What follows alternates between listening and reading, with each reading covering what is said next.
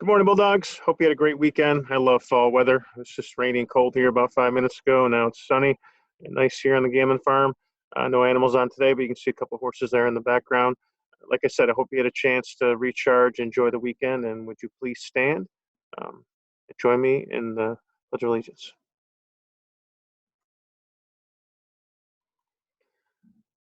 I pledge allegiance to the flag of the United States of America and to the republic for which it stands, one nation under God, indivisible, with liberty and justice for all. Please be seated. Once again, good morning, Bulldogs. Happy Monday. Just some reminders when it comes to our matrix of expectations here. We have the bells going now, but just a reminder, as the days went on last week, people started going, high school students started going on the first bell. Teachers ask you to please help with that. But the first bell should be for 6th through 8th graders to go to their next class or location. Second bell is for 9th through 12th graders to go to their location. First bell, 6 through 8. Second bell, 9 through 12. And once again, teachers, please help us with that. Please follow the order in the hallways so that we can keep from the congestion, stay safe. When it comes to the bathroom, make sure you're going to class first. And teachers are being asked to not send anyone the first 5 minutes. And then they'll be sending people to the bathroom from there. And once again, masks, no gaiters. Masks still need to be worn. Dr. Kelsey and I have got to the end here for a few people that have had to have some breaks from school or breaks from class because they're not following the mask mandate. Like we said, you may like it or not like it. It's what's in place, and it's a state guideline. It's a rule we have to follow. And if you can't follow it, you've had more than your share of reminders. So please make sure you're following that guidance. We also have some people that are going home on quarantine for extended time when they're out on the temporary remote as a temporary remote learner. Just being a reminder there that when you're home, obviously down here at the bottom, if you're not well enough to participate, have your contact your teacher, have your parent contact the teacher through Google Classroom, and or contact the counseling center and let them know that you're sick right now, you can't participate, and you can catch up from there. But if you can, you should be checking your Google Classroom daily, and you're expected to participate in all the learning activities that the class has been assigned while you're out.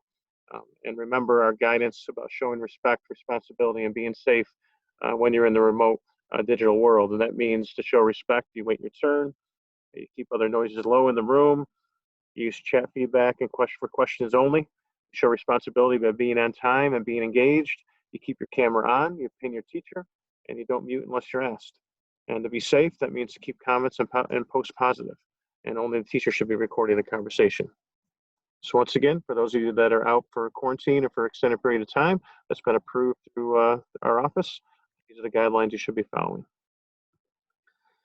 Today I was reminded, or this weekend I was reminded, as we've dealt with some institutions in school where maybe some students are, like I said, no longer here, or they're out on suspensions, or they're no longer participating in sports or activities because of choices they made.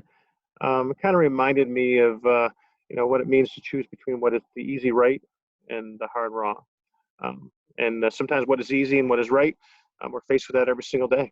Every day we're faced with decisions between doing what is easy and what is right, whether it's in the hallways, following the order of the bells, in the bathrooms, not doing things we're supposed to be doing, after school, being where we're supposed to be, being in practice, doing things, acting appropriately after school when maybe supervision isn't always there, doing what's right as spectators at games, or even when you're hanging out with friends over the weekends.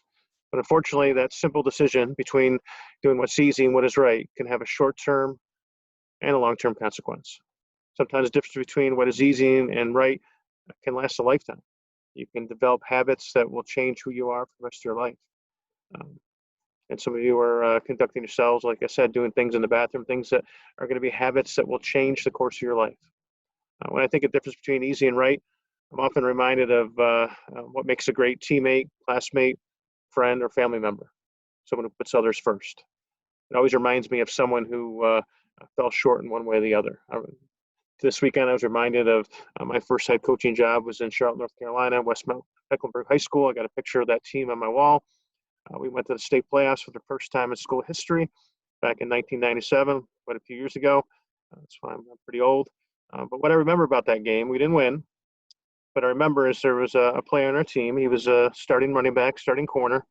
And we had school rules that you had to be eligible, you had to follow the drug and alcohol policy. And that day of the state playoffs, he decided to skip all his classes and come to school. And we had a policy that if you didn't go to your classes, you weren't in school that day, you couldn't participate in the game.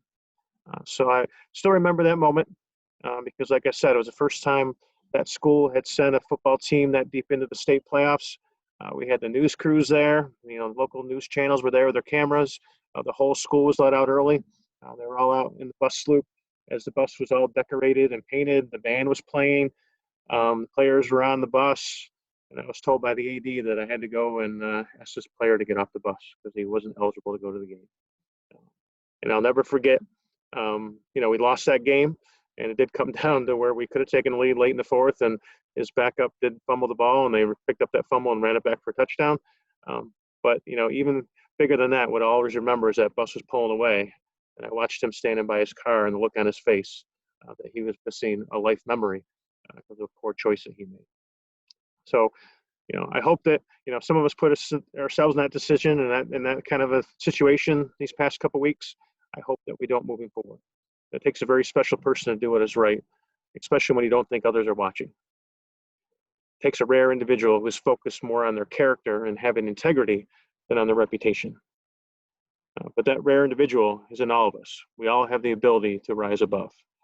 Choosing what is right or what is easy will make you someone people can count on, they can trust, someone they truly respect, they look up to, make you a better teammate, friend, classmate, son, daughter.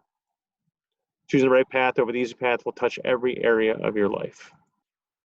And you'll find that little last part there, you'll find out that if you choose what's easy over what is right, that path will take you a place that you're proud of. I'll leave you with this quote. Discipline is a choice. It's simple.